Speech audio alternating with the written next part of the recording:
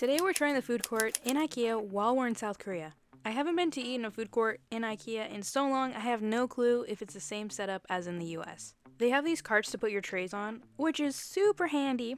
My sister Mila and I decided to share a meal so we could get a second dinner later. Heh. We went with a Swedish meatball dish and a chocolate mousse cake. They also had a bunch of different breads, so we had to get a couple to try them. We got some garlic bread and a ciabatta olive bread, and then we also got some fountain drinks. They actually had quite a bit of food to choose from. They had like mushroom soup, macaroni, fries, chicken tenders, and then some other stuff on the hot bar. I don't know which one was Swedish meatballs. So for our fountain drinks, we translated every single beverage they had, and all of them were zero sugar diet drinks except for Coke.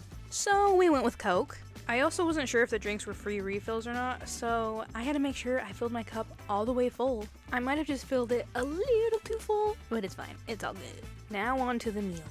I started off with my breads. I first tried the ciabatta olive bread, that bread was so good. We got some butter to go with it, and I put that whole thing of butter. It was just too good. Then I tried the garlic bread. It was super tasty, very garlicky. I was a little worried that it was going to be sweet, because that happens more often than it should. Things in Korea that shouldn't be sweet are. You wouldn't expect it to be sweet, and then it's like, bam, straight sugar. Or there might be random corn in your food.